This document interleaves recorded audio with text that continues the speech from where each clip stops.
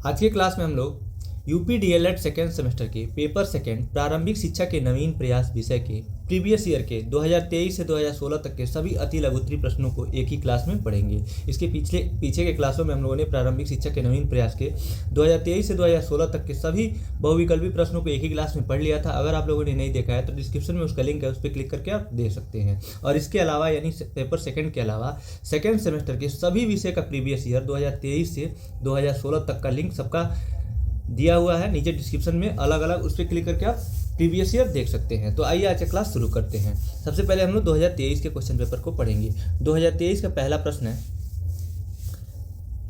निस्पंदन सिद्धांत से क्या आशय है। निस्पंदन सिद्धांत को निस्यंदन का सिद्धांत भी कहते हैं, छनाई का सिद्धांत, तीनों एक ही चीज होता है, अलग अलग नाम है। तो निस्यंदन का सिद्धांत पूछा है इससे, उससे क्या आशय है। तो इसका आंसर देखते हैं। इसका आंसर दिया है, हेडिंग लिख के इसमें आप लिखेंगे निस्पंदन सिद्धांत को अधोमुखी निस्पंदन सिद्धांत भी कहा जाता है। शिक्षा के प्रसार के लिए यह एक अवधारणा है।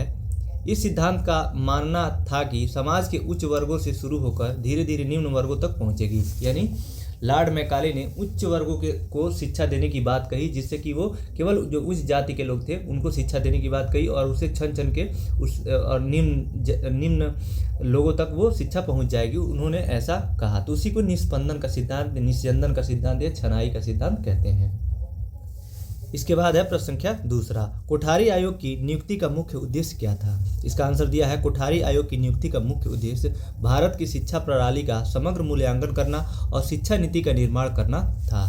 आयोग ने शिक्षा का क्षेत्र में सुधार, राष्ट्रीय विकास में शिक्षा की भूमिका, शिक्षा में समानता और शिक्षा में अनुसंधान और विकास पर भी ध्यान केंद्रित किया।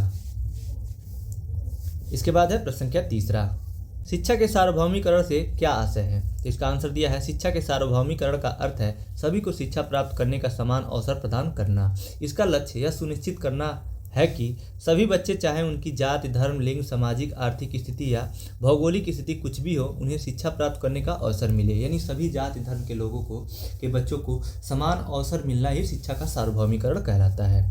इसके बाद है प्रश्न संख्या 4, राष्ट्रीय बाल श्रम परियोजना क्या है। तो इसका आंसर दिया है, राष्ट्रीय बाल श्रम परियोजना भारत सरकार की एक योजना है जिसका उद्देश्य बाल श्रम को खत्म करना। यह योजना 1987 में शुरू की गई थी और इसका संचालन श्रम और रोजगार मंत्रालय द्वारा किया जाता है। यानी जो 6 से 14 साल के बच्चे जो होते हैं उनको खतरनाक कामों से, जो भी मजदूरी में लगे हुए हैं, उनको निकाल करके शिक्षा से जोड़ने के लिए मुख्य रूप से इस योजना की शुरुआत की गई थी, राष्ट्रीय बाल श्रम परियोजना। और इस योजना का शुरुआत 1987 में की गई थी। इतना आप याद रखेंगे, ये भी पूछा हुआ प्रश्न है। इसके बाद है प्रश्न संख्या 5, जनशाला कार्यक्रम क्या है। तो इसका आंसर दिया है, जनशाला कार्यक्रम भारत सरकार द्वारा शुरू किया गया एक कार्यक्रम है जिसका उद्देश्य वयस्कों को साक्षर बनाना है। वयस्कों मतलब कि जो वयस्क हो गए हैं, जो 18 साल से ऊपर के हो गए हैं, निरक्षर हैं, उनको साक्षर करने की ये योजना है जनशाला कार्यक्रम। इसके बाद है प्रश्न के 6, न्यूनतम अधिगम स्तर से क्या तात्पर्य है। इसका आंसर दिया है, न्यूनतम अधिगम स्तर एक ऐसा स्तर है जो यह सुनिश्चित करता है कि सभी छात्र शिक्षा के प्रत्येक स्तर पर एक निश्चित न्यूनतम ज्ञान और कौशल प्राप्त करें। यह स्तर विभिन्न विषयों जैसे भाषा, गणित, विज्ञान और सामाजिक अध्ययन के लिए निर्धारित किया गया है। न्यूनतम अधिगम स्तर का अर्थ है कि जो भी बच्चा है, जिस भी क्लास में है, जिस भी स्तर पे है, कम से कम उस स्तर का ज्ञान उसको होना चाहिए। जैसे क्लास 2 का, जब कक्षा 2 का बच्चा है तो उसको कम से कम गिनती और दस्तक पहाड़े और वर्णमाला और ABCD की पहचान लिखना आना चाहिए। तो ये एक न्यूनतम स्तर हो गया है कक्षा 2 के बच्चे के लिए। तो कम से कम बच्चे को उतना आना चाहिए, तो उसी को न्यूनतम अधिगम स्तर कहते हैं। कम से कम बच्चा उतना जाने, फिर उसको अगले क्लास में वो 3rd में जाएगा, 3 में, तो फिर वहाँ पे जो भी उस क्लास के लिए न्यूनतम अधिगम स्तर होगा वो सीखेगा। उससे ज़्यादा भी सीख सकता है, लेकिन कम से कम इतना सीखा होना चाहिए, तभी वो नेक्स्ट क्लास में जाएगा। तो इसी को कहते हैं। इसके बाद है प्रश्न संख्या 7, विद्यालयोन्मुखी कार्यक्रम से आप क्या समझते हैं। तो इसका आंसर दिया है, विद्यालयोन्मुखी कार्यक्रम के अंतर्गत बच्चों को स्कूल में जाने के लिए प्रेरित करने के लिए डिजाइन किए गए हैं। इन कार्यक्रमों में विभिन्न गतिविधियां शामिल होती हैं जो बच्चों को स्कूल के लिए तैयार करती हैं और उन्हें स्कूल में सफल होने में मदद करती हैं। प्रश्न संख्या 8 है, पी मोस्ट कार्यक्रम का पूरा नाम लिखिए। यानी इसका फुल फॉर्म लिखना है पी मोस्ट। तो पी मोस्ट कार्यक्रम का पूरा नाम होता है सेवारत अध्यापकों का विस्तृत अभिविन्यास कार्यक्रम, और इंग्लिश में इसका फुल फॉर्म होता है programme of mass orientation of school teachers. तो आप दोनों में याद कर सकते हैं, किसी एक में भी लिखेंगे तब भी ठीक है, तब भी आपको 1 नंबर मिल जाएगा, क्योंकि अति लघु उत्तरीय प्रश्न 1 नंबर के होते हैं। इसके बाद है प्रश्न संख्या 9, प्राथमिक शिक्षा के संदर्भ में अपव्यय व अवरोधन का अर्थ स्पष्ट कीजिए। तो इसका आंसर दिया है, पहले लिखेंगे अपव्यय का अर्थ। अपव्यय का आशय बालक का अपनी प्राथमिक शिक्षा पूरी किए बिना ही विद्यालय छोड़ देना, जिससे बालक पर खर्च किया गया धन, समय और श्रम बेकार चला जाए, इसको अपव्यय कहते हैं। यानी प्राथमिक शिक्षा यानी 1 से 5 तक की जो कक्षा है, यानी बच्चा बीच में ही पढ़ाई किसी कारणवश छोड़ देता है तो उसको अपव्यय कहेंगे। और अपने ही क्लास में बच्चा बार बार फेल होता है तो उसको अवरोधन कहते हैं। तो नीचे दिया हुआ है अवरोधन का अर्थ। अवरोधन का आशय कक्षा में असफल होने के से लिया जाता है, अर्थात एक ही कक्षा में दोबारा पढ़ाई के लिए ठहरना, यानी फेल हो जाना, उसको अवरोधन कहते हैं। तो इसको आप याद रखिएगा, कई बार ये कन्फ्यूज हो जाते हैं। अपव्यय का अर्थ और अवरोधन का अर्थ अलग अलग होता है। अपव्यय मतलब कि बीच में छोड़ देना पढ़ाई, अवरोधन का मतलब फेल होना अपनी क्लास में। इसके बाद है प्रश्न संख्या 10, प्राच्य पाश्चात्य विवाद क्या है। तो इसका आंसर लिखेंगे, प्राच्य पाश्चात्य विवाद 19वीं शताब्दी में भारत में शिक्षा प्रणाली के स्वरूप को लेकर हुआ एक महत्वपूर्ण विवाद था। यह विवाद भारतीय संस्कृति और मूल्यों को संरक्षित करने और आधुनिक शिक्षा प्रणाली को अपनाने के बीच टकराव का प्रतीक था। इसके बाद है प्रश्न संख्या 11, डीपीपी परियोजना का मुख्य कार्य क्या है। तो इसका आंसर लिखेंगे, डीपीपी का देखिए फुल फॉर्म होता है district primary education programme. Hindi में फुल फॉर्म होगा जिला प्राथमिक शिक्षा परियोजना, यानी कार्यक्रम या परियोजना के मुख्य कार्य निम्नलिखित है। कार्य पूछा था इसमें, तो कार्य निम्नलिखित है लिख के आप इसमें लिखेंगे। शिक्षा की गुणवत्ता में वृद्धि, डीपीपी ने शिक्षकों की प्रशिक्षण और क्षमता निर्माण, बेहतर कार्यक्रम और शिक्षा सामग्री और स्कूलों के बुनियादी ढांचे में सुधार पर ध्यान केंद्रित किया, यानी पहला कार्य ये हो जाएगा। और दूसरा, समानता और समावेश को बढ़ावा देना, डीपीईपी ने सभी बच्चों को शिक्षा तक समान पहुंच प्रदान करने पर ध्यान केंद्रित किया। तो ये 2 काम हो जाएंगे डीपीईपी के। इसके बाद है प्रश्न संख्या 12, बीईपी क्या है। तो बीईपी का अर्थ है बेसिक एजुकेशन प्रोग्राम। इसका फुल फॉर्म होता है बेसिक एजुकेशन प्रोग्राम। यह 1994 में शुरू किया गया भारत सरकार का एक कार्यक्रम था, जिसका उद्देश्य प्राथमिक शिक्षा को सार्वभौमिक, गुणवत्तापूर्ण और समावेशी बनाना था। इसके बाद है प्रश्न संख्या 13, वुड के घोषणा पत्र का शिक्षा का क्या प्रभाव पड़ा। तो इसका आंसर दिया हुआ है, वुड के घोषणा पत्र का शिक्षा पर निम्न प्रभाव पड़ा। पहला है, सन 1856 तक सभी प्रांतों में शिक्षा विभागों की स्थापना हो गई। दूसरा है, सभी स्तर के स्कूलों तथा कॉलेजों की स्थापना हो गई। और तीसरा है, शिक्षा राज्य का दायित्व माना जाने लगा तथा राज्य के नियंत्रण में आ गई। इसके बाद है प्रश्न संख्या 14, ब्रिज कोर्स का क्या आशय है। तो इसका आंसर दिया है, ब्रिज कोर्स ऐसा शैक्षणिक कार्यक्रम है जो 2 अलग अलग स्तरों के बीच ज्ञान और कौशल के अंतर को कम करने में मदद करता है। यह उन छात्रों के लिए उपयोगी होता है जो किसी अगले स्तर पर जाने के लिए तैयार नहीं होते हैं या जिनके पास आवश्यक ज्ञान और कौशल की कमी होती है। यानी इसको एक एग्जाम्पल से समझते हैं, जैसे यूपी में जो बीएड वाले हैं उनको प्राइमरी में शिक्षा जो शामिल करने के लिए एक ब्रिज कोर्स तैयार किया गया, मतलब कि ब्रिज कोर्स करा के उनको प्राइमरी में शामिल कर दिया जाएगा। यानी जो बीएड वाले होते हैं 6 से लेकर और 12 तक पढ़ाने के लिए एलिजिबल होते हैं, उनको अपर क्लास में पढ़ाने के लिए उनका कोर्स डिजाइन किया गया है, सिखाया जाता है बीएड में। और जो बीटीसी वाले होते हैं यानी डीएलएड वाले, वो 1 से 8 तक यानी वो प्राथमिक के लिए उनका कोर्स डिजाइन किया गया है। लेकिन ब्रिज कोर्स कराकर बीएड वालों को भी शामिल कर लिया गया, बीएड प्राइमरी में शामिल करने की बात कही गई थी। तो वही ब्रिज कोर्स जो होता है बीच की, वो 6 महीने का या फिर कुछ समय का, कम समय अवधि का एक कोर्स होता है, जिसको वो दूसरे स्तर पे उनको एलिजिबल करने के लिए जोड़ने के लिए उनको ये कोर्स कराया जाता है। तो इसी को कहते हैं ब्रिज कोर्स। इसके बाद है प्रश्न संख्या 15, शिक्षा का अधिकार अधिनियम 2009 में प्रारंभिक शिक्षा से क्या आशय है। तो इसका आंसर दिया है, शिक्षा का अधिकार अधिनियम 2009 में प्रारंभिक शिक्षा से आशय 6 से 14 वर्ष की आयु के बच्चों के लिए अनिवार्य और मुक्त शिक्षा प्रदान करने से है। इसका अर्थ है कि इस आयु वर्ग के सभी बच्चों को बिना किसी भेदभाव के शिक्षा प्राप्त करने का अधिकार है, चाहे उनकी जाति, धर्म, लिंग, सामाजिक आर्थिक स्थिति या शारीरिक क्षमता कुछ भी हो। तो शिक्षा का अधिकार अधिनियम 2019 में 6 से 14 वर्ष के सभी बच्चों को अनिवार्य शिक्षा की बात कही गई है, निःशुल्क और अनिवार्य शिक्षा की बात कही गई है, और ये अनुच्छेद 21A में वर्णित है।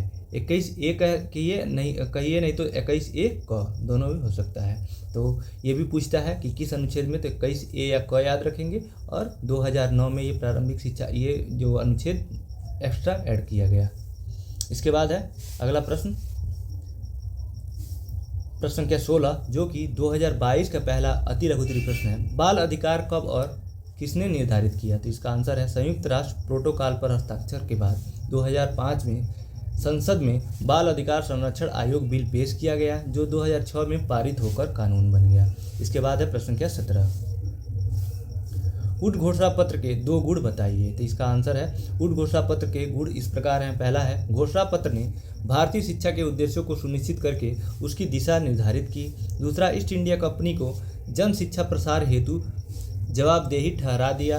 और तीसरा है, घोषणा पत्र में शिक्षा के सभी व्यापक आयामों का सुव्यवस्थित स्वरूप प्रकट होकर सामने आया। इसके बाद है प्रश्न संख्या 18, कोठारी आयोग की नियुक्ति के 2 प्रमुख उद्देश्य बताइए। तो इसका आंसर है कोठारी आयोग की नियुक्ति के 2 प्रमुख उद्देश्य। पहला है, तत्कालीन भारतीय शिक्षा प्रणाली का अध्ययन कर उसके प्रति व्याप्त असंतोष के कारणों का पता लगाकर उसमें सुधार के लिए सुझाव देना। दूसरा, शिक्षा के राष्ट्रीय स्वरूप व शिक्षा के समस्त स्तरों के संबंध में सिद्धांत व नीतियां बनाना। इसके बाद अगला प्रश्न संख्या 19, यशपाल समिति के कुल कितने खंड हैं? इसका आंसर लिखेंगे यशपाल समिति के कुल 8 खंड हैं। प्रश्न संख्या 20 है, पोषाहार वितरण योजना के 2 उद्देश्य लिखें। उत्तर, पोषाहार वितरण योजना के 2 उद्देश्य। पहला है, बच्चों में जाति और समुदाय के भेदभाव को दूर करके सही सामाजिक व्यवहार को बढ़ावा देना। दूसरा है, शिक्षा में सबको समान अवसरों की उपलब्धता करवाना। इसके बाद है प्रश्न संख्या 21, सर्व शिक्षा अभियान की 2 विशेषताएं बताइए। तो इसका आंसर लिखेंगे सर्व शिक्षा अभियान की 2 विशेषताएं निम्नलिखित हैं। पहला है, बच्चों को बुनियादी शिक्षा प्रदान करके सामाजिक न्याय सुनिश्चित करना। दूसरा, बुनियादी शिक्षा प्राप्त करने के लिए वातावरण को अनुकूल और सुलभ बनाना। इसके बाद है प्रश्न संख्या 22, हंटर ने मुस्लिम शिक्षा के लिए क्या सुझाव दिए? इसका आंसर है, हंटर ने मुस्लिम शिक्षा के लिए निम्न सुझाव दिए। पहला है, धार्मिक शिक्षा को प्रोत्साहन न दिया जाए। बालिकाओं के लिए सरल पाठ्यक्रम व निःशुल्क शिक्षा की व्यवस्था हो। दूसरा, अनुदान सहायता छात्र शिक्षक की संख्या व आवश्यकता के अनुपात में दिया जाए। और तीसरा, देशी शिक्षा के पाठ्यक्रम में परिवर्तन न करके पूर्ववत चलने दिया जाए। इसके बाद है प्रश्न संख्या 23, डीपीईपी परियोजना के 2 कार्य लिखे हैं। इसका आंसर लिखेंगे डीपीईपी परियोजना, वही डिस्ट्रिक्ट प्राइमरी एजुकेशन प्रोग्राम जो ऊपर पूछा हुआ था, उसी के कार्य लिखने हैं। तो पहला है, इस कार्य के अंतर्गत औपचारिक प्राथमिक विद्यालय या वैकल्पिक तरीकों के माध्यम से प्राथमिक शिक्षा को सभी के लिए सुलभ बनाना। और दूसरा, प्राथमिक शिक्षा का विस्तार विद्यालय में बच्चों के ठहराव से है। इसके बाद अगला प्रश्न है प्रश्न संख्या 24, भारत में ईस्ट इंडिया कंपनी का प्रवेश कब हुआ था? इसका आंसर लिखेंगे भारत में ईस्ट इंडिया कंपनी का प्रवेश 1608 में हुआ था। इसके बाद है प्रश्न संख्या 25, मिशनरी स्कूलों की 2 विशेषताएं बताइए। इसका आंसर लिखेंगे मिशनरी स्कूलों की विशेषताएं। पहला है, इसमें सभी छात्रों को अंग्रेजी पढ़ना अनिवार्य था। दूसरा, इसमें ईसाई धर्म की शिक्षा अनिवार्य रूप से दी जाती थी। तीसरा, विद्यालय का समय निश्चित रहता था। और चौथा, बालकों को पुस्तक व लेखन सामग्री निःशुल्क प्रदान की जाती थी। ये सारी विशेषताएं हो जाएंगी मिशनरी स्कूलों की। प्रश्न संख्या 27 है, इसमें कलकत्ता मदरसा की स्थापना किसने की? इसका आंसर लिखेंगे कलकत्ता मदरसा की स्थापना 1781 में जोनाथन डंकन ने की थी। ये प्रश्न बहुविकल्पी में भी पूछा हुआ है, रिपीटेड प्रश्न है। प्रश्न संख्या 27 है, धार्मिक शिक्षा के संदर्भ में हंटर आयोग के मुख्य सुझाव बताइए। तो इसका आंसर लिखेंगे धार्मिक शिक्षा के संदर्भ में हंटर आयोग के मुख्य सुझाव निम्नलिखित हैं। पहला, आयोग ने यह सुझाव दिया कि धार्मिक शिक्षा को स्कूलों में अनिवार्य नहीं किया जाना चाहिए। दूसरा, धार्मिक शिक्षा के लिए अलग समय निर्धारित किया जाना चाहिए ताकि अन्य विषयों का अध्ययन बाधित न हो। इसके बाद है प्रश्न संख्या 28, किस वर्ग की शिक्षा में छनाई का सिद्धांत लागू किया गया था? इसका उत्तर लिखेंगे उच्च वर्ग की शिक्षा में छनाई का सिद्धांत लागू किया गया था। छनाई का सिद्धांत का प्रतिपादन लॉर्ड मैकाले के द्वारा किया गया था। तो ये भी याद रखेंगे, लॉर्ड मैकाले और उच्च वर्ग की शिक्षा के लिए छनाई का सिद्धांत को ही निस्यंदन का सिद्धांत या निष्पंदन का सिद्धांत भी कहते हैं। प्रश्न संख्या 29 है, नवीन शिक्षा नीति के 2 दोष बताइए। इसका आंसर हो जाएगा नवीन शिक्षा नीति के 2 दोष निम्नलिखित हैं। पहला, पाठ्यक्रम को काफ़ी व्यापक बना दिया है, जिसमें कई नए विषय और कौशल शामिल हैं। यह छात्रों और शिक्षकों दोनों पर अधिक बोझ डाल सकता है। दूसरा है मूल्यांकन प्रणाली में बदलाव के साथ छात्रों को अधिक बार परीक्षाएं देनी होंगी, जिससे उन पर मानसिक दबाव पड़ सकता है। इसके बाद है प्रश्न संख्या 30। आचार्य राममूर्ति समिति की प्रमुख 2 सिफारिशें बताइए। तो इसका आंसर लिखेंगे आचार्य राममूर्ति समिति की प्रमुख सिफारिशें इस प्रकार है। पहला है शिक्षा के उद्देश्य, दूसरा सामान्य स्कूल प्रणाली, और तीसरा है व्यक्तियों के कार्य हेतु सशक्तिकरण, और चौथा है मातृभाषा को स्थान। इसके बाद है प्रश्न संख्या 30 कंप्लीट हो गया। यानी एक जो साल में होते एक जो प्रश्न पत्र में 15 बहुविकल्पी और 15 अति लघु उत्तरीय प्रश्न पूछे जाते हैं, 10 लघु उत्तरीय पूछे जाते हैं। तो 15 दूना 30 यानी 2 साल का हम लोगों ने पढ़ लिया। उसके बाद हम लोग 2020 का क्वेश्चन पेपर पढ़ेंगे। चूँकि 2021 में सेकेंड सेमेस्टर का एग्जाम नहीं हुआ था, इसलिए उसका पेपर अवेलेबल नहीं है। 2020 का पहला अति लघु उत्तरीय प्रश्न है भारतीय संविधान के अनुच्छेद 51 क के बारे में आप क्या जानते हैं। इसका आंसर लिखेंगे भारतीय संविधान के अनुच्छेद 51 क। हेडिंग लिख के इसमें लिखना है इसमें भारतीय नागरिकों के 11 मौलिक कर्तव्यों का वर्णन है। यह भारत के सभी लोगों में समरसता और समान भ्रातृत्व की भावना के निर्माण का उपबंध करता है। इसके बाद है प्रश्न संख्या 32। वुड का घोषणा पत्र 1854 के शिक्षा संबंधी उद्देश्य क्या थे। तो इसका आंसर लिखेंगे उच्च शिक्षा को अंग्रेजी भाषा के माध्यम से दिए जाने पर बल दिया गया, परंतु साथ ही देसी भाषा के विकास को भी महत्व दिया गया। इसे भारतीय शिक्षा का मैग्ना कार्टा भी कहा जाता है। प्रश्न संख्या 33 है हंटर आयोग के 2 कार्य लिखिए। इसका आंसर है हंटर आयोग के 2 कार्य निम्नलिखित हैं। पहला है प्राथमिक शिक्षा की समीक्षा करना और दूसरा द्वितीयक शिक्षा स्तर की समीक्षा करना। इसके बाद है प्रश्न संख्या 34। राष्ट्रीय स्तर पर शिक्षा के कौन से अभिकरण हैं। इसका आंसर है राष्ट्रीय स्तर पर शिक्षा के अभिकरण। हेडिंग लिख के इसमें लिखेंगे समस्त जीवन काल के दौरान मनुष्य कई संस्थाओं के संपर्क में आते हैं। वे इन संस्थाओं के माध्यम से शैक्षणिक अनुभवों की प्राप्ति करते हैं। इन संस्थाओं को शिक्षा के अभिकरण कहते हैं। इसके बाद है प्रश्न संख्या 35। शैक्षिक उन्नयन में ब्लॉक संसाधन केंद्रों की क्या भूमिका है। तो इसका आंसर है ब्लॉक के समस्त माध्यमिक उच्च माध्यमिक विद्यालयों में अध्ययनरत विद्यार्थियों के लिए निःशुल्क पाठ्य पुस्तकें संबंधित विद्यालयों को वितरित करने का कार्य ही शैक्षिक उन्नयन में ब्लॉक संसाधन केंद्रों की भूमिका है। प्रश्न संख्या 36 इसके बाद लॉर्ड कर्जन ने प्राथमिक स्तरीय शिक्षा में क्या क्या सुधार किए। तो इसका आंसर दिया है लॉर्ड कर्जन का प्राथमिक स्तरीय शिक्षा में निम्नलिखित सुधार किए गए। पहला है भारतीय भाषाओं को मुख्य स्थान दिया जाए, दूसरा प्राथमिक शिक्षा की अनुदान राशि बढ़ाई जाए, तीसरा पाठ्यक्रम में सुधार किया जाए।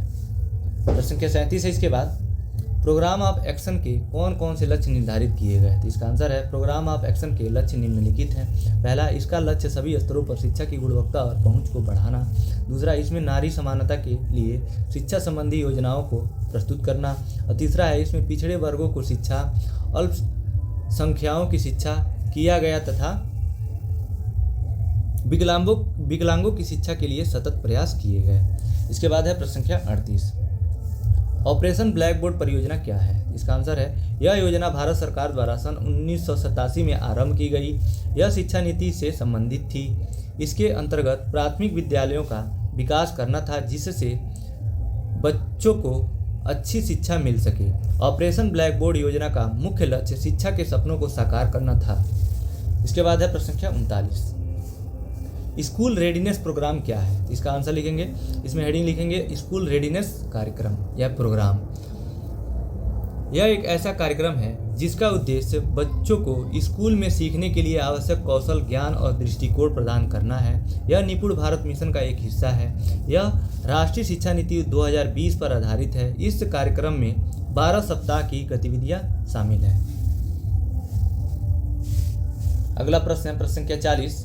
शिक्षा को संविधान में समवर्ती सूची में रखने का क्या उद्देश्य है। तो इसका आंसर दिया है शिक्षा को समवर्ती सूची में लाने का अर्थ है कि केंद्र तथा राज्य सरकारें दोनों इस क्षेत्र में नीतियां निर्धारित कर सके। नीतियां यानी नियम कानून जो भी हैं केंद्र सरकार भी बना सके और राज्य सरकार भी बना सके तथा उसके अनुसार शिक्षा के परिमाणात्मक तथा गुणात्मक विकास में वांछित कार्य कर सकती हैं। यानी जो सूचियाँ 3 तरह की होती हैं, संघ सूची, राज्य सूची और समवर्ती सूची। संघ सूची में जो भी विषय आते हैं उसमें केवल केंद्र सरकार अपना नियम कानून बना सकती है और राज्य सूची में राज्य सरकार बना सकती है, समवर्ती सूची में दोनों बना सकते हैं। इसलिए शिक्षा को समवर्ती सूची में रखा गया है क्योंकि दोनों नियम कानून बनाए, दोनों उसमें कुछ ना कुछ सुधार करें जिससे शिक्षा को अच्छे तरह से बच्चों को दिया जा सके और उसका गुणात्मक सुधार हो उसमें। इसके बाद है प्रश्न संख्या 41, स्कूल चलो अभियान कब प्रारंभ हुआ? इसका आंसर है स्कूल चलो अभियान का प्रारंभ उत्तर प्रदेश में सबसे कम साक्षरता दर वाले जिले श्रावस्ती में स्कूल चलो अभियान 4 अप्रैल 2022 को शुरू किया गया। ये दोबारा शुरू किया गया है। इसके पहले जो एक बार और ये स्कूल चलो अभियान शुरू हो चुका है। सबसे पहले देखिए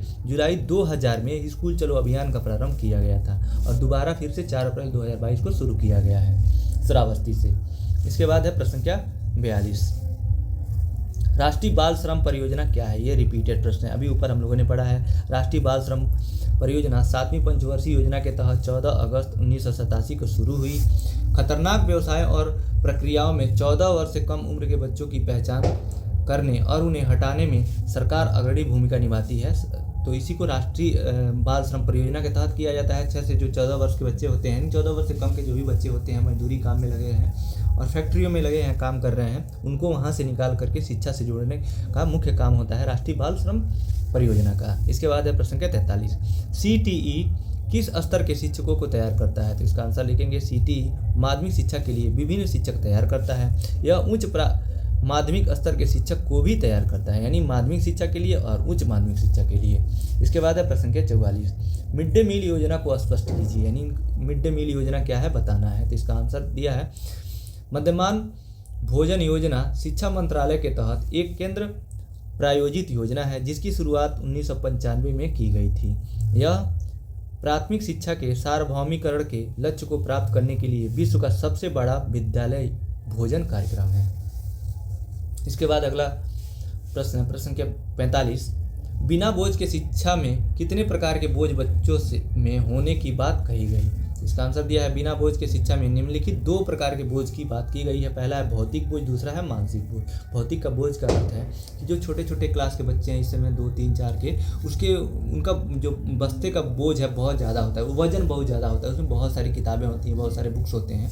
तो ये भौतिक बोझ हो गया। मानसिक बोझ है कि उन पर एग्ज़ाम का प्रेशर ना हो और मौखिक रूप से एग्ज़ाम लिया जाए बच्चों का और उनमें फ्री मतलब उनको फ्री छोड़ दिया जाए और खुले में खेल खेल के माध्यम से उनको पढ़ाया जाए, उनको जो परीक्षा का बोझ ना हो। और भौतिक बोझ का अर्थ है कि उनके बस्ते के बोझ को कम करना। तो ये 2 तरह की बोझ की बात की गई। इसके बाद है 2019 का क्वेश्चन पेपर। 2019 का पहला अति लघुत्तरीय प्रश्न है, स्वतंत्रता के समय भारत में साक्षरता कितने प्रतिशत थी? इसका आंसर दिया है भारत में साक्षरता स्वतंत्रता के समय 12% थी। देखिए कितने कब थे, बाकी सभी 88% लोग निरक्षर थे। साक्षरता ये भी 12% लोग केवल दस्तखत कर सकते थे। इसमें जो होगा 7 से 8% ही लोग ग्रेजुएट होंगे थी, परंतु वर्तमान समय में 79% हो गई है। ये भी 2011 के सर्वे के अनुसार है। इस समय 2024 चल रहा है, तो जब इस समय अगर जो सर्वे होगा उसमें लगभग 90 से ऊपर होगी साक्षरता दर। इसके बाद है प्रश्न संख्या 47, लॉर्ड मैकाले ने अपने विवरण पत्र में भारत में शिक्षा का क्या उद्देश्य बताया? तो इसका आंसर दिया है लॉर्ड मैकाले ने भारत में शिक्षा का उद्देश्य निम्नलिखित बताया। पहला है भारतीय लोगों को अंग्रेजी शिक्षा का ज्ञान देना और ब्रिटिश राज के हितों की रक्षा करना था। दूसरा, लॉर्ड मैकाले चाहता था कि भारतीय जनता को न्यायिक सैन्य कार्यों के लिए अंग्रेजी भाषा में प्रशिक्षित करना था। प्रश्न संख्या 48 इसके बाद, ऑपरेशन ब्लैक बोर्ड का क्या उद्देश्य है? तो इसका आंसर है ऑपरेशन ब्लैक बोर्ड 1987 में आरंभ हुआ था। यह योजना भारत सरकार द्वारा शुरू की गई थी जिसका उद्देश्य देश के सभी प्राथमिक विद्यालयों में न्यूनतम आवश्यक सुविधाएं प्रदान करना था। प्रश्न संख्या 49 है, पोषाहार वितरण योजना में कितने कैलोरी ऊर्जा बालकों को देने की व्यवस्था है? तो इसका आंसर लिखेंगे, प्राथमिक विद्यालयों में पढ़ने वाले बालकों के भोजन में 450 कैलोरी व 12 ग्राम प्रोटीन आवश्यक होता है देना उनको, जो कि पोषाहार वितरण योजना में बालकों को देने की व्यवस्था है इंडिया में।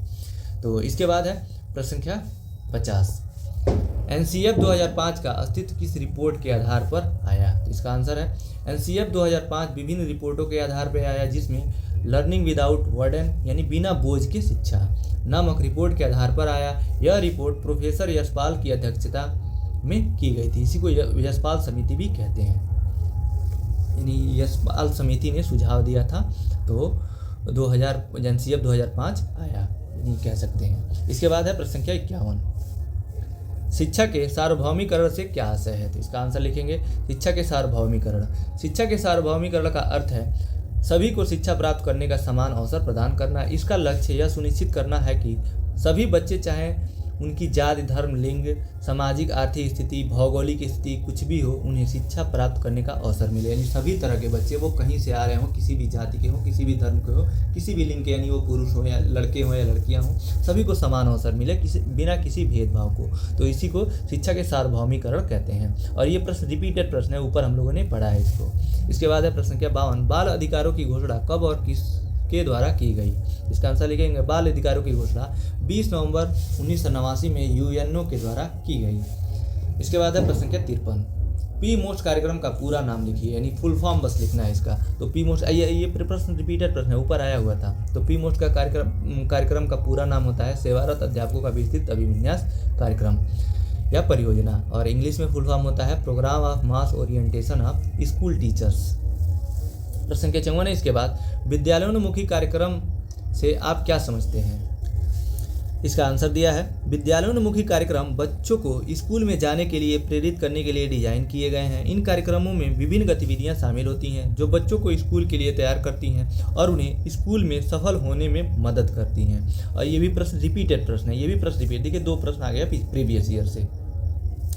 इसके बाद है अगला प्रश्न संख्या 55, संपूर्ण साक्षरता अभियान का प्रेरक वाक्य क्या है? यानी प्रेरक जो स्लोगन लिखे रहते हैं ना, तो संपूर्ण जो साक्षरता मिशन का स्लोगन क्या है? तो इसमें आंसर लिखेंगे बहुत सारे स्लोगन हैं। तो संपूर्ण साक्षरता अभियान का प्रेरक वाक्य यानी है हर हाथ में कलम, हर मन में ज्ञान, हर घर में रोशनी। इसमें से कोई 3-4 आप लिख देंगे, क्योंकि अति लघुत्तरी का प्रश्न एक ही नंबर का होता है, इसमें 25 से 30 वर्ड लिखना रहता है, तो इतने 3-4 आप लिख लेंगे। दूसरा है साक्षरता ही सशक्तिकरण है, और तीसरा पढ़ना लिखना सीखो, नया जीवन जियो।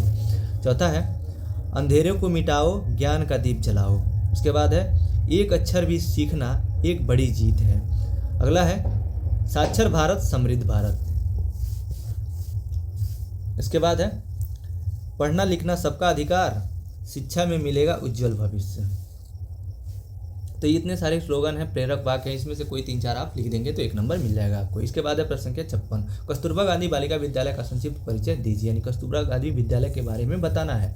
इसका आंसर लिखेंगे भारत सरकार द्वारा 2004 में अनुसूचित जाति, जनजाति व पिछड़े वर्ग की बालिकाओं के लिए सुदूर ग्रामीण क्षेत्रों में आवासीय उच्च प्राथमिक विद्यालय की स्थापना के लिए कस्तूरबा गांधी बालिका विद्यालय योजना का शुभारंभ किया गया। और इसमें जो केवल अनुसूचित जाति, जनजाति, पिछड़े वर्ग की बालिकाओं के लिए आवासीय रूप से, यानी हॉस्टल रहता है, उसमें बच्चियां रहती हैं और वहीं पे उनका शिक्षण कार्य भी होता है, और ये ग्रामीण इलाकों के लिए ये व्यवस्था है, यानी कस्तूरबा गांधी विद्यालय की स्थापना की गई। तो ये होता है, इसके बारे में आप जान गए। इसके बाद अगला प्रश्न संख्या 57, एनसीईआरटी के प्रमुख कार्य लिखिए। तो इसका आंसर लिखेंगे एनसीईआरटी के प्रमुख कार्य निम्नलिखित है। पहला है एनसीईआरटी स्कूली शिक्षा से संबंधित विभिन्न क्षेत्रों में शोध कार्य करता है। यह शोध कार्य शिक्षा के विभिन्न पहलुओं को बेहतर बनाने में मदद करता है। और दूसरा, एनसीईआरटी स्कूली शिक्षा के लिए पाठ्यक्रम विकसित करता है। यह पाठ्यक्रम राष्ट्रीय शिक्षा नीति के आधार पर विकसित किया जाता है। अगला प्रश्न है प्रश्न संख्या 58, डीपीईपी का प्रारंभ किस योजना के आधार पर किया गया? तो इसका आंसर है डीपीईपी का प्रारंभ नई शिक्षा नीति 1986 और 1992 के आधार पर किया गया था। यह नीति प्राथमिक शिक्षा को सार्वभौमिक, अनिवार्य, गुणवत्तापूर्ण और सुलभ बनाने के उद्देश्य से बनाई गई थी। प्रश्न संख्या 59 है, राष्ट्रीय पाठचर्या सूची 2005 में शिक्षक के क्या दृष्टिकोण है? इसका आंसर है राष्ट्रीय पाठचर्या की सूची 2005 में शिक्षक का दृष्टिकोण बच्चों के सीखने में एक सहायक हो, जिससे बच्चों की ज्ञान और सृजनात्मक शक्ति का विकास हो। प्रश्न संख्या 60 है इसके बाद, भारत में निःशुल्क एवं अनिवार्य शिक्षा की उन्नति में मुख्य कठिनाई क्या है? यानी निःशुल्क एवं अनिवार्य शिक्षा, यानी 6 से 14 साल के जो बच्चों की निःशुल्क अनिवार्य शिक्षा की बात कही गई है, तो इनकी कठिनाई क्या है, इनकी शिक्षा में बताना है। तो इसका आंसर लिखेंगे भारत में निःशुल्क एवं अनिवार्य शिक्षा की उन्नति में मुख्य कठिनाइयाँ निम्नलिखित आप जोड़ लेंगे। इसमें पहला है, भारत में सामाजिक आर्थिक असमानता भी एक बड़ी समस्या है। यानी सामाजिक असमानता, यानी जो उच्च वर्ग, जो वर्ग जाति व्यवस्था से आर्थिक जो व्यवस्था है, यानी जो गरीबी और अमीरी से, अक्सर अमीर जो गरीब तबके के लोग हैं उनके बच्चों को उचित शिक्षा नहीं दे पाते हैं। और इसमें नीचे दिया है गरीब और पिछड़े वर्गों के बच्चों को अक्सर शिक्षा प्राप्त नहीं होती है। दूसरा है भारत में शिक्षकों की भारी कमी है, यह कमी विशेष रूप से ग्रामीण क्षेत्रों में गंभीर है। इसके बाद है 2017 का क्वेश्चन पेपर। 2017 का पहला प्रश्न है, न्यूनतम अधिगम स्तर से आप क्या समझते हैं? तो इसका आंसर लिखेंगे, न्यूनतम अधिगम स्तर एक शिक्षण अधिगम दृष्टिकोण है जो कि सभी छात्र यदि उन्हें उचित अवसर और सहायता प्रदान की जाए तो वे एक निश्चित न्यूनतम अधिगम स्तर तक सभी विषयों में सफल हो सके। ये प्रश्न रिपीटेड प्रश्न है, ऊपर ही हम लोगों ने पढ़ा है न्यूनतम अधिगम स्तर क्या होता है। जैसे कक्षा एग्जाम्पल से, जैसे कक्षा 2 का विद्यार्थी है तो कम से कम जो कक्षा 2 में सीखना चाहिए उसको, तो उतना उसको आना चाहिए, यानी जो कम से कम जिस भी स्तर पे है उतना वो शिक्षा उसको आना चाहिए, उसी को न्यूनतम अधिगम स्तर कहते हैं। ऊपर ही हम लोगों ने इसको डिटेल में पढ़ा है। इसके बाद है अगला प्रश्न संख्या 62, महिला समाख्या कार्यक्रम क्या है? तो इसके बारे में बताएंगे। एनईपी 1986 के उद्देश्यों के अनुरूप लक्ष्य हासिल करने के लिए एक ठोस कार्यक्रम के रूप में महिला समाख्या योजना की शुरुआत की गई थी। ग्रामीण क्षेत्रों में मुख्य रूप से सामाजिक और आर्थिक रूप से पिछड़े समूहों की महिलाओं की शिक्षा तथा उनके सशक्तिकरण के लिए इस योजना को 1989 में शुरू किया गया था। इसके बाद है प्रश्न संख्या 63, ऑपरेशन ब्लैक बोर्ड योजना को लागू किए जाने का क्या उद्देश्य है? तो इसका आंसर लिखेंगे, ऑपरेशन ब्लैक बोर्ड योजना का मुख्य उद्देश्य प्राथमिक विद्यालयों में शिक्षण संस्थानों को उपलब्ध कराना, शिक्षण संसाधनों को, यानी शिक्षण संसाधन जैसे चाक, डस्टर, पाठ्य पुस्तकें, इन सबको उपलब्ध कराना है जो प्राथमिक विद्यालयों में, ऑपरेशन ब्लैक बोर्ड। इसके बाद है प्रश्न संख्या 64, शिक्षा में अपव्यय एवं अवरोधन से आपका क्या सुझाव है? यानी अवरोधन और अपव्यय के बारे में ऊपर ही हम लोगों ने पढ़ा है कि अपव्यय उसे कहते हैं कि जो बच्चा प्राथमिक शिक्षा पूर्ण किए बिना ही बीच में अपनी जो शिक्षा को छोड़ के चला जाए, उसको अपव्यय कहते हैं। अवरोधन उसे कहते हैं जब बच्चा अपने ही कक्षा में बार बार फेल होता है, उसको कहते हैं। इस देखिए इसका आंसर दिया है, शिक्षा में अपव्यय एवं अवरोधन के निम्नलिखित सुझाव हैं। पहला है प्राथमिक स्तर पर बालकों को उनकी आयु स्तर के आधार पर ही प्रवेश दिया जाए।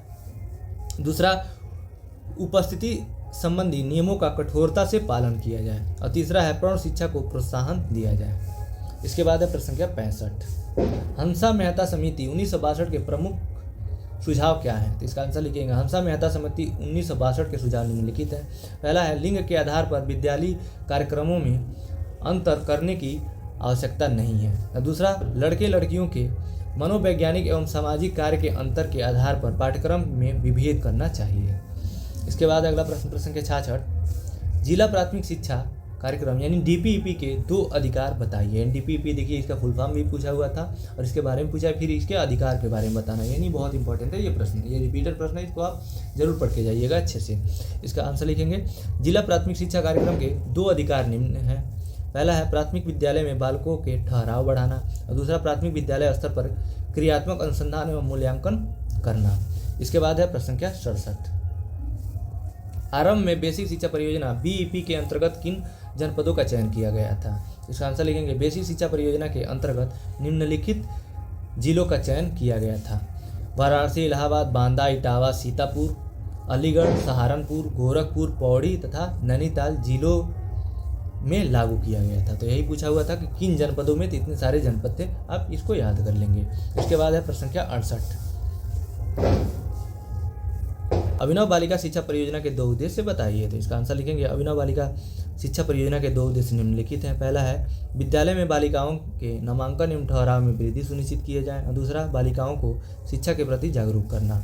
इसके बाद अगला प्रश्न संख्या 69, राज्य शैक्षिक अनुसंधान एवं प्रशिक्षण परिषद के किन्हीं 2 कार्यों को बताइए। तो इसका आंसर लिखेंगे, राज्य शैक्षिक अनुसंधान एवं प्रशिक्षण परिषद के 2 महत्वपूर्ण कार्य। पहला है पाठ्यक्रम विकास परिषद राज्य के लिए पाठ्यक्रम, पाठ्यपुस्तकें और शिक्षण सामग्री विकसित करती हैं। दूसरा, शिक्षक प्रशिक्षण परिषद राज्य में शिक्षकों के लिए प्रशिक्षण कार्यक्रम आयोजित करती है। इसके बाद है प्रश्न संख्या 70, राष्ट्रीय शिक्षक परिषद एनसीटीई की स्थापना कब हुई थी? तो इसका आंसर लिखेंगे, एनसीटी की स्थापना 17 अगस्त 1995 को नई दिल्ली में अपने प्रधान कार्यालय के साथ अस्तित्व में आई। तो ये इसका आंसर हो जाएगा। प्रश्न संख्या 71 है, ब्रिज कोर्स से आप क्या समझते हैं? तो ऊपर डिटेल में हम लोगों ने पढ़ा है इसको, ये भी रिपीटेड प्रश्न है। बाकी एक बार और देख लेते हैं। ब्रिज कोर्स एक ऐसा शैक्षिक कार्यक्रम है जो 2 अलग अलग स्तरों के पाठ्यक्रमों के बीच अंतर को पाटने के लिए यानी खत्म करने के लिए में मदद करता है। यह एक सेतु का कार्य करता है, यानी सेतु यानी ब्रिज का कार्य, जो पुलिया, जो सेतु का अर्थ है जोड़ने वाला, यानी जोड़ने का काम करता है, जो छात्रों को एक स्तर से दूसरे स्तर पर आसानी से संक्रमण करने में सक्षम बनाता है। इसके बाद है प्रश्न संख्या 72, स्कूल रेडिनेस कार्यक्रम की विशेषताएं बताइए। तो इसका आंसर लिखेंगे, स्कूल रेडिनेस कार्यक्रम उन बच्चों के लिए बनाया गया है जो कक्षा एक से सीधे प्रवेश करते हैं। कक्षा 1 के पहले पूर्व प्राथमिक शिक्षा का उन्हें किसी प्रकार का अनुभव प्राप्त नहीं होता। बालकों को प्रारंभिक 6 सप्ताह से 2 माह तक की अवधि तक पूर्व प्राथमिक शिक्षा के अनुभव प्रदान किए जाते हैं और उन्हें विद्यालय के लिए तैयार किया जाता है। यानी कुछ बच्चे ऐसे होते हैं जिनकी शिक्षा जो छोटे होते हैं उनके घर पर ही होती है, वो नर्सरी LKG UKG में नहीं पढ़ते हैं, उनका एडमिशन डायरेक्ट क्लास 1 में होता है। लेकिन उनको कुछ जो क्लास 1 में प्रॉपर सिलेबस होता है वहाँ से बच्चे सिलेबस के अनुसार पढ़ते हैं, लेकिन जो कुछ चीज़ें जो छोटी चीज़ें होती हैं वो नर्सरी LKG UKG में सिखाया जाता है बच्चे को। तो उनको तो वो कभी स्कूल आए नहीं रहते हैं, डायरेक्ट एडमिशन 1 से होता है, तो इसलिए उनको 6 सप्ताह से 2 माह तक का पहले वो जो नर्सरी LKG UKG की बातें सिखाई जाती हैं, जैसे कि ABCD का जो भी पहचानना वगैरह, ये सब सारी चीज़ें 2 महीने तक पढ़ाया जाता है। उसके बाद उनको क्लास 1 के साथ सभी बच्चों के साथ पढ़ाया जाता है। तो इसी को स्कूल रेडिनेस कार्यक्रम कहते हैं। इसके बाद है प्रश्न संख्या 73, मैकाले के निस्पंदन सिद्धांत से आप क्या समझते हैं। देखिए तीसरी बार प्रश्न आया हुआ है और अलग अलग नाम से है। निस्पंदन सिद्धांत के भी नाम से ऊपर पूछा हुआ था। इसी को निस्यंदन का सिद्धांत भी कहते हैं। एक बार पूछा हुआ था छनाई का सिद्धांत, उसी को छनाई का सिद्धांत भी कहते हैं। तो इसका आंसर दिया है मैकाले के निस्पंदन सिद्धांत के अनुसार शिक्षा की व्यवस्था केवल उच्च वर्ग के व्यक्तियों के लिए की जाए, जहाँ से वह स्वतः ही धीरे धीरे क्षण कर निम्न वर्ग तक पहुँच जाएगी। शिक्षा के क्षेत्र में निस्पंदन से तात्पर्य समाज के उच्च वर्ग को दी गई शिक्षा का कालांतर में निम्न वर्ग तक पहुंचने से है। यानी केवल उच्च जाति के लोगों को शिक्षा दी जाए, लॉर्ड मैकाले ने कहा। और उसके बाद से वो उनसे छोटे के जो जाति के लोग हैं उनसे वो सीखेंगे, फिर उनसे छोटे जाति के लोगों तक आ जाएगी शिक्षा। ऐसे करते करते निम्न स्तर तक वो पहुँच जाएगी। इसमें कही गई थी निस्पंदन के सिद्धांत में। इसके बाद है प्रश्न संख्या 74, प्राथमिक शिक्षा के संबंध में वुड डिस्पैच की प्रमुख संतुतियाँ हैं। इसका आंसर लिखेंगे, प्राथमिक शिक्षा के संबंध में वुड डिस्पैच की प्रमुख संतुतियाँ। पहला है, वुड डिस्पैच की घोषणा पत्र द्वारा प्रथम बार यह अनुभव किया कि भारतीयों की शिक्षा का दायित्व सरकार पर है। और दूसरा, जन शिक्षा के प्रसार पर बल दिया गया और शिक्षा से छनाई के सिद्धांत को अस्वीकार कर दिया। इसके बाद है प्रश्न संख्या 75, जिला शिक्षा एवं प्रशिक्षण संस्थान किस शिक्षा आयोग की संस्तुति पर हुई। तो इसका आंसर लिखेंगे, जिला शिक्षा एवं प्रशिक्षण संस्थान, जिसको डायट कहते हैं, की स्थापना राष्ट्रीय शिक्षा नीति 1986 के संस्तुति पे हुई। तो राष्ट्रीय शिक्षा नीति 1986 याद रखेंगे। इसके बाद है 2016 का क्वेश्चन पेपर। 2016 का पहला अति लघु उत्तरीय प्रश्न है, कलकत्ता मदरसा एवं बनारस संस्कृत कॉलेज की स्थापना किस उद्देश्य से की गई थी। इसका आंसर लिखेंगे, कलकत्ता मदरसा की स्थापना सन 1781 ईस्वी में प्रथम गवर्नर जनरल वारेन हेस्टिंग्स ने की। इसका उद्देश्य मुस्लिम बच्चों को राज्य में उत्तरदायी और लाभदायक पदों के योग्य बनाना था। और दूसरा इसमें पूछा हुआ था बनारस संस्कृत कॉलेज के बारे में, तो इसका लिखेंगे बनारस संस्कृत कॉलेज। इसकी स्थापना सन 1791 ईस्वी में जोनाथन डंकन ने की थी। इसकी स्थापना का मुख्य उद्देश्य हिंदू जनता का प्रेम प्राप्त करना तथा न्यायाधीशों की सहायता के लिए योग्य हिंदुओं को शिक्षित करना था। यानी कलकत्ता मदरसा का जो उद्देश्य था मुस्लिम बच्चों को उच्च पदों पे उनके योग्य बनाना, उनको शिक्षा देना था। और बनारस संस्कृत कॉलेज का उद्देश्य हिंदुओं को शिक्षित करना था। तो ये दोनों हो जाएंगे। इसके बाद है प्रश्न संख्या 77, मैकाले की शिक्षा नीति दोषपूर्ण होने के बावजूद इसका तत्कालीन भारतीय शिक्षा व्यवस्था पर क्या दूरगामी प्रभाव पड़ा। तो इसका आंसर लिखेंगे,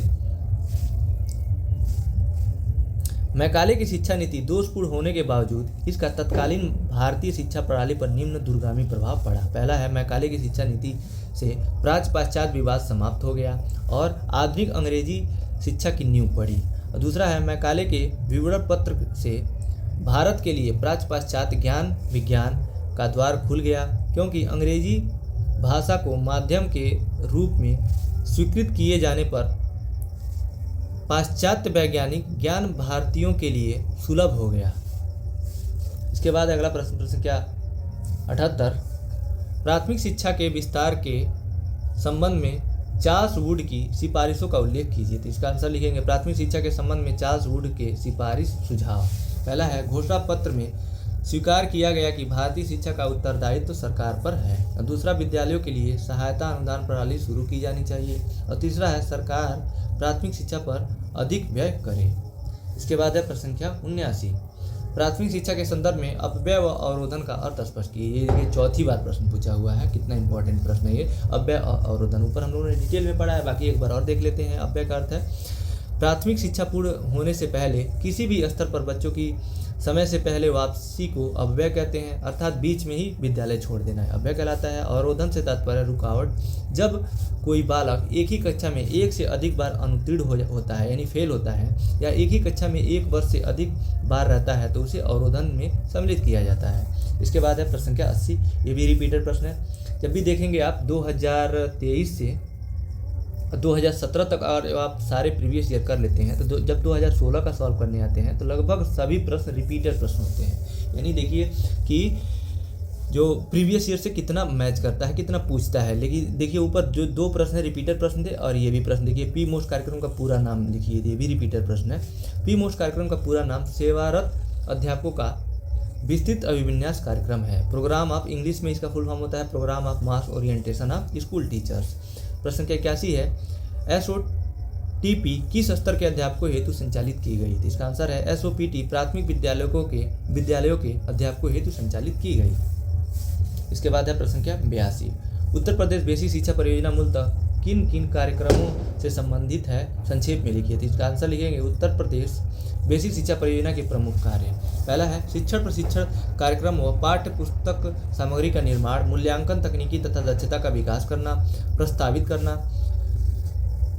और दूसरा है बालिका शिक्षा की उचित व्यवस्था करना। तीसरा है नवाचार कार्यक्रमों का संचालन करना। इसके बाद अगला प्रश्न संख्या 83, विद्यालयोन्मुखी कार्यक्रम से आप क्या समझते हैं। ये भी रिपीटेड प्रश्न है। विद्यालयोन्मुखी कार्यक्रम से हमारा तात्पर्य विद्यालय की ओर उन्मुख करने वाले कार्यक्रम, अर्थात वह कार्यक्रम जिसके द्वारा बच्चे विद्यालय की ओर आकर्षित हो। यानी कोई भी कार्यक्रम जिससे विद्यालय की तरफ बच्चे आकर्षित हो, यानी विद्यालय जाने के लिए उत्सुक हो। जैसे कि पोषाहार वितरण योजना है, ये विद्यालयोन्मुखी कार्यक्रम के अंतर्गत आ जाएगा।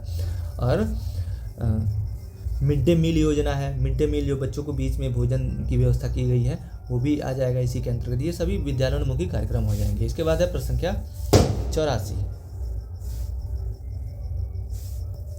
पूर्व प्राथमिक शिक्षा परियोजना के अंतर्गत शिशुओं के सर्वांगीण विकास हेतु कौन कौन से क्रियाकलापों का आयोजन किया जाता है। तो इसका आंसर लिखेंगे पूर्व प्राथमिक शिक्षा परियोजना के अंतर्गत शिशुओं के सर्वांगीण विकास हेतु निम्न क्रियाकलापों का आयोजन किया जाता है। यानी पूर्व प्राथमिक शिक्षा परियोजना के अंतर्गत, यानी जो पूर्व प्राथमिक जो शिक्षा परियोजना जो बच्चे एक से पहले जो होते हैं नर्सरी LKG UKG जो आंगनबाड़ी में पढ़ते हैं उनके लिए ये पूछा हुआ है। तो प्रश्न तो इसमें लिखेंगे पहला, रोचक मनोरंजन कहानियाँ, गीत व उद्देश्यपूर्ण खेल क्रियाओं के माध्यम से बच्चों में अच्छी आदतें और नैतिक मूल्यों का विकास किया जा सकता है। और दूसरा, पूर्व प्राथमिक शिक्षा द्वारा बच्चों को विकासोन्मुखी और समृद्ध वातावरण दे सकते हैं।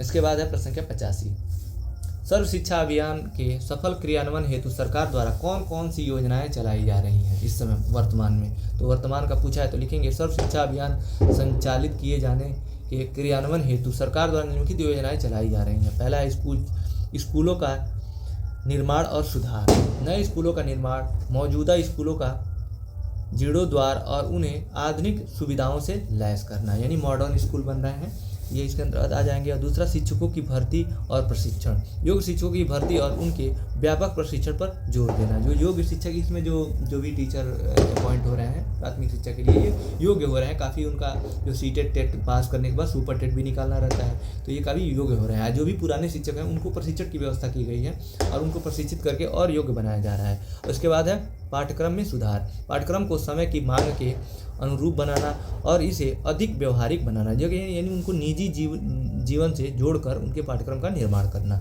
ये सभी चीज़ें सर्व शिक्षा अभियान को सफल क्रियान्वयन हेतु सरकार द्वारा बनाई जा रही हैं, चल रहे अभियान है। इसके बाद है प्रश्न संख्या 86, कस्तूरबा गांधी आवासीय बालिका विद्यालय की मॉनिटरिंग का क्या प्रावधान है। मॉनिटरिंग का अर्थ है उनकी देख रेख के लिए क्या व्यवस्था की गई है।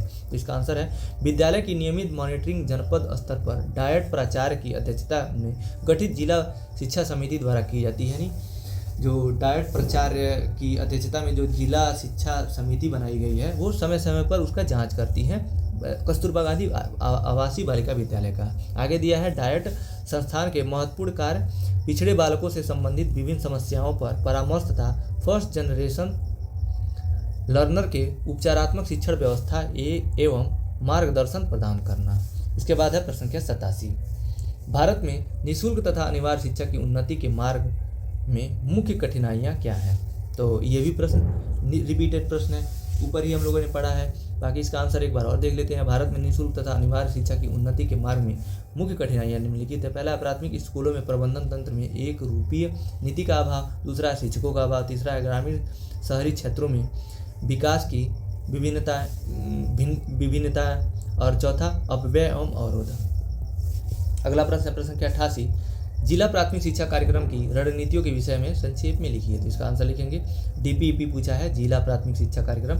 ये भी रिपीटेड प्रश्न है। जिला प्राथमिक शिक्षा कार्यक्रम की रणनीतियाँ निम्नलिखित है। पहला है विद्यालय की प्रभावकारिता बढ़ाने पर बल, दूसरा है बालिका शिक्षा को विशेष महत्व, तीसरा है वैकल्पिक शिक्षा का सुदृढ़ीकरण, और इसके बाद है प्रश्न संख्या 89, संपूर्ण साक्षरता अभियान की किन्हीं 3 विशेषताओं का उल्लेख कीजिए। इसका आंसर लिखेंगे संपूर्ण साक्षरता अभियान की 3 विशेषताएं निम्नलिखित हैं। पहला है संपूर्ण साक्षरता अभियान को संचालित करने के लिए जिला स्तर पर पंजीकृत समितियों को अनुमति प्रदान की है, और दूसरा है संपूर्ण साक्षरता अभियान की सफलता पूर्णतया जनता की अभिप्रेरणा एवं सामुदायिक सहयोग पर आधारित है, और तीसरा है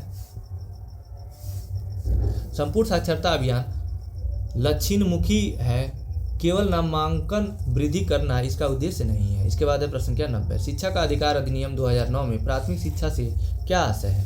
तो इसका आंसर लिखेंगे शिक्षा का अधिकार अधिनियम 2009 में प्राथमिक शिक्षा से तात्पर्य है कि प्राथमिक विद्यालयों के लिए बुनियादी मानकों को स्थापित करता है और शिक्षा को 6 से 14 वर्ष के बच्चों के यहाँ नहीं रहेगा, वर्ष के सभी बच्चों का मौलिक अधिकार घोषित करता है। तो इसी के साथ आज का क्लास यहीं समाप्त होता है। आज हम लोगों ने 6 साल के यानी 2023 से 2016 तक 6 साल हो रहे हैं। 2021 और 2018 में जो सेकेंड सेमेस्टर और फर्स्ट सेमेस्टर का एग्जाम नहीं हुआ था, तो इसको छोड़ दें तो 6 साल के प्रश्न पत्रों के सभी अति लघुत्तरीय प्रश्नों को हम लोगों ने देख लिया। और एक साल में 15 बहुविकल्पी प्रश्न होते हैं, तो 15 छक्के 90 प्रश्नों को हम लोगों ने कंप्लीट कर लिया। इस क्लास का PDF आप टेलीग्राम चैनल से ले सकते हैं, जिसका लिंक नीचे डिस्क्रिप्शन में दिया हुआ है। अदरवाइज आप सर्च भी कर सकते हैं लेट्स लर्न शिक्षा 1, जिससे भी आपको ऐसा DP मिलेगा। वहाँ से आप ज्वाइन करके टेलीग्राम चैनल से पूरा इसका और इसके अलावा सेकेंड सेमेस्टर के सभी विषय का जो प्रीवियस ईयर का लिंक जो PDF है वहाँ पे पड़ा हुआ है, वहाँ से आप डाउनलोड करके PDF से भी पढ़ सकते हैं। तो इस वीडियो को देखने के लिए आपका बहुत बहुत धन्यवाद दोस्तों।